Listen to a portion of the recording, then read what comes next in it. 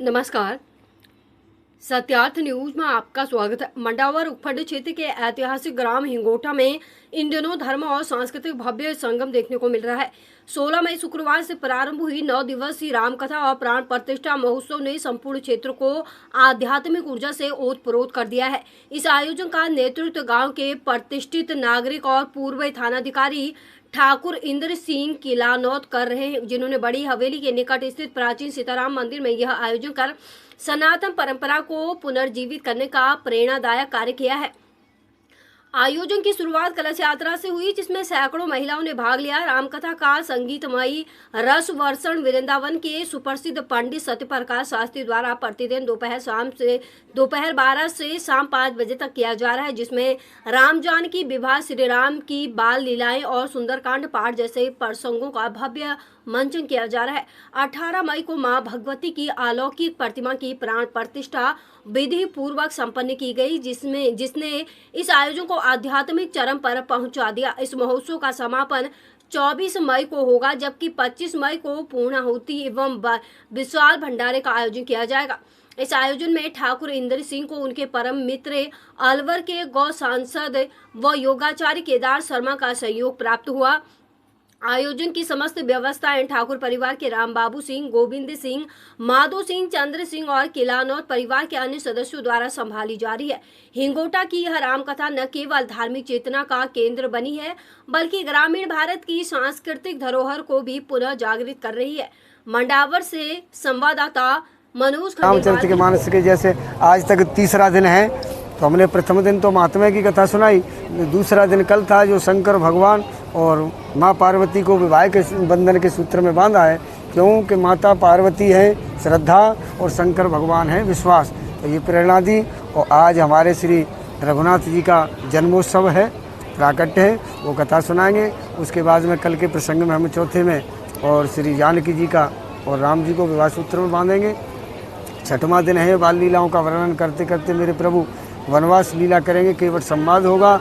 और उसके बाद में माता सबरी की कथा आएगी छठवें दिन में, और हनुमान जी महाराज जी से भेंट होगी।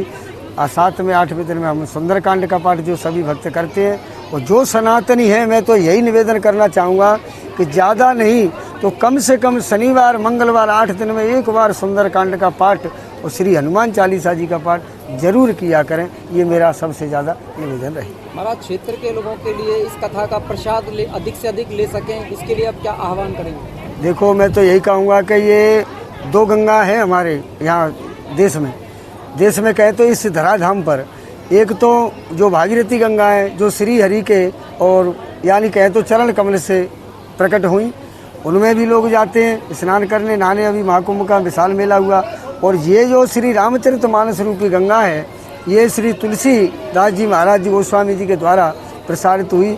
ये ऐसी गंगा मैया है कि इसको आप अपने घर में भी बुलाकर इसमें गोता लगा सकते हैं। तो मैं तो यही कहूँगा कि ठाकुर साहब ने प्रचार प्रसार भी खूब किया है, तो जितना इसका आनंद ले सकें। ये गंगा रामचरित मानस गंगा 9 दिन यहाँ बहेगी, तो इसमें जितना आप लाभ ले सकें, जितना डूबक लगा सकें उतना लगाइए।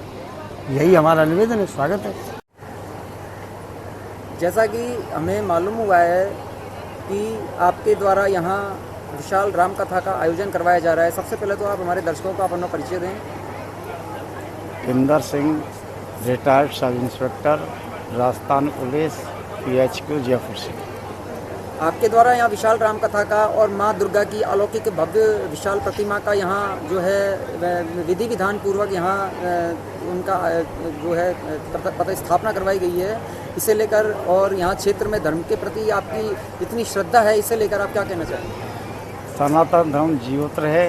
और हमारे सबसे बड़े ठाकुर साहब गोविंद सिंह जी हैं और पूरा परिवार है, कल्याण परिवार, उनके द्वारा इस मूर्ति दुर्गा मूर्ति की प्राण प्रतिष्ठा की गई है आज।